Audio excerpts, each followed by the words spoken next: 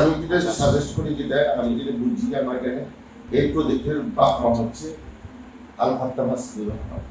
এই জব দিবে আর এক জব দিবে হচ্ছে এই বাংলাদেশ রেল কর্তৃপক্ষ। অবশ্যই এইটা হলি এবিএস কোম্পানি কাজ পাইছে, কাজ পাই কাজ করছে।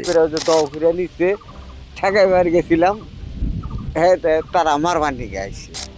মেলা সব আছে, যারা বালুর ব্যবসা করে তারাই মানে কইবার গেলি গেলে কয় আঙ্গুরে দেয় নাই, উমুকে দেয় নাই, তুমুকে দেয় নাই।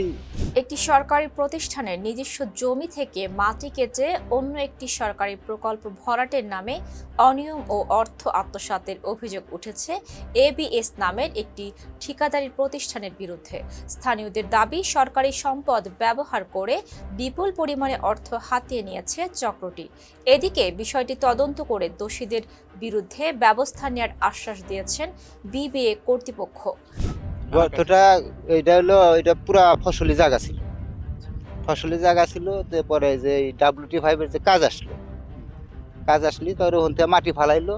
এই WT5 এ যখন ভিতরে নিল, তো নেওয়ার কথা ছিল শুধু মাটি লেবেন করে, কিন্তু তা না নিয়ে এরা মাটি গর্ত করে এলাকার লোকের সাহায্যে মাটি গর্ত করে নিয়ে পূরণ করলো।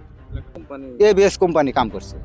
এলাকার লোক আমাদের গ্রামে ছিল, শহীদুল হাজি ছিল, তারপরে পণ্ডিত ছিল, তারপরে মমিন ছিল, তমসের, মানে 10-12 জন ছিল আর কি।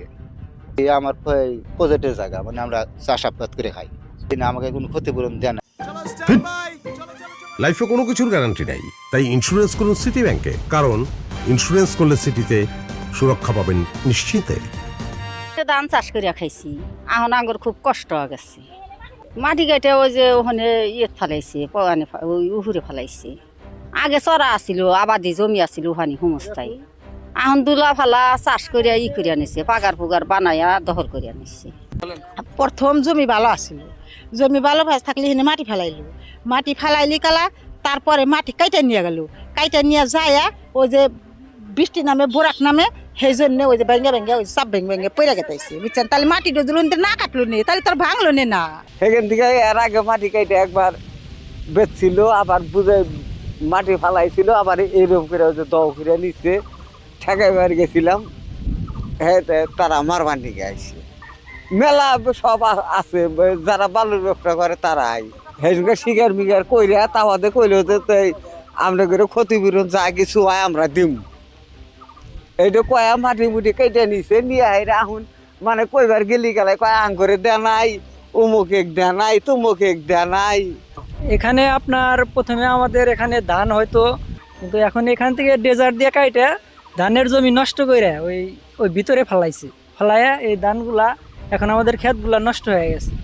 এইটা হলি এবিএস কোম্পানি কাজ পাইছে, কাজ পাই কাজ করছে। উত্তরাঞ্চলের রেলপথকে গতিশীল করতে 2020 সালে শুরু হয় যমুনা রেল ব্রিজের কাজ। সিরাজগঞ্জ অংশের রেলের জায়গায় সৌন্দর্য বর্ধনে পরিকল্পনা রাখা হয় দৃষ্টিনন্দন লেক ও জাদুঘরের। পরবর্তীতে পরিকল্পনায় পরিবর্তন এনে লেক ভরাটের সিদ্ধান্ত নেয় কর্তৃপক্ষ।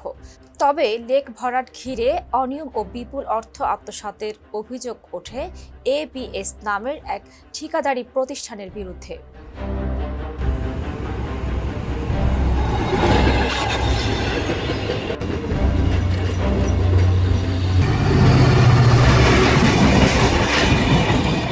প্রায় 26 লাখ সেফটি বালুমাচি জাদুঘরের পেছনে বাংলাদেশ ব্রিজ অথরিটি এর জায়গা থেকে ফসলি জমি নষ্ট করে অবৈধভাবে ড্রেজিং করে ভরাট করা হয় লেকটি। লাইফে কখন কি হয় গ্যারান্টি আছে, তাই ইন্স্যুরেন্স করুন সিটি ব্যাংকে, কারণ ইন্স্যুরেন্স করলে সিটিতে সুরক্ষা পাবেন নিশ্চিন্তে। ফেলার জন্য মানে একটা রেট ছিল, একটা সরকারি একটা রেট ছিল, এই রেট রাজনীতির সময় দিতে পারতেছে না, নেক্সট আসছে না। হ্যাঁ কেন সাক্ষাৎ ভালো কাজের অংশীদার এটা নিতে, আমরা তো সাব কন্ট্রাক্টর, এটা নিতে হবে আপনার সরাসরি বিয়ারের কাছ থেকে, পিটির কাছ থেকে আপনার সাথে। আমি যেটা সাজেস্ট করি, যেটা আমি যেটা বুঝি আমার এখানে এই প্রজেক্টের বাপ মা হচ্ছে আলফাত্তা মাসুদ রহমান। সাক্ষাৎ তার কাছে ডিটেইলস আমরা তো নিবই, আমাদের ধরেন আমাদের যেটা সেটা তো আমরা করবই। মানে আমাদের কাছে অভিযোগ যেগুলো আসছে, সেই অভিযোগে আপনাদের স্পেসিফিক আপনাদের নামে অভিযোগ আসছে, সেই অভিযোগের ভিত্তিতে আপনাদের সাথে কি contact অভিযোগ হবে? আমি মনে করি যে এই ধরনের কোনো অভিযোগ আসে না। আপনার যে বালুগুলো নিয়েছেন ওখানে তো বিপের জায়গা থেকে বালু নিয়েছেন। আমি তো এবং বললাম এখানে যে এই ধরনের অভিযোগ এটা কি হবে, এটা জব দিবে হচ্ছে মূলত জব তো তারা আমি দিবে। বলি, জব দিবে এখন হচ্ছে বিবিএ জব দিবে, আর এক জব দিবে হচ্ছে এই বাংলাদেশ রেল কর্তৃপক্ষ। অবশ্যই ঠিক আছে, অবশ্যই। এরা কিন্তু কাজ তো করছেন আপনারা। দুইজন দিবে মানে এবং কাজ তারা করছেন instruction-এ আমরা কাজ করছি। তাহলে তাদের রেজিস্ট্রেশন আপনার কাজ। instruction-এ। তারা হচ্ছে বলছে যে বিপের জায়গা থেকে কি মাটি বললাম লাগানো যে দিয়ে হবে। এটা তাদের instruction হচ্ছে এবং এখানে কোনো ঝামেলা নাই, এলাকায় কোনো ঝামেলা নাই। এলাকায় ঝামেলা আছে। নাই, আমি সবার সাথে কথা বলেছি।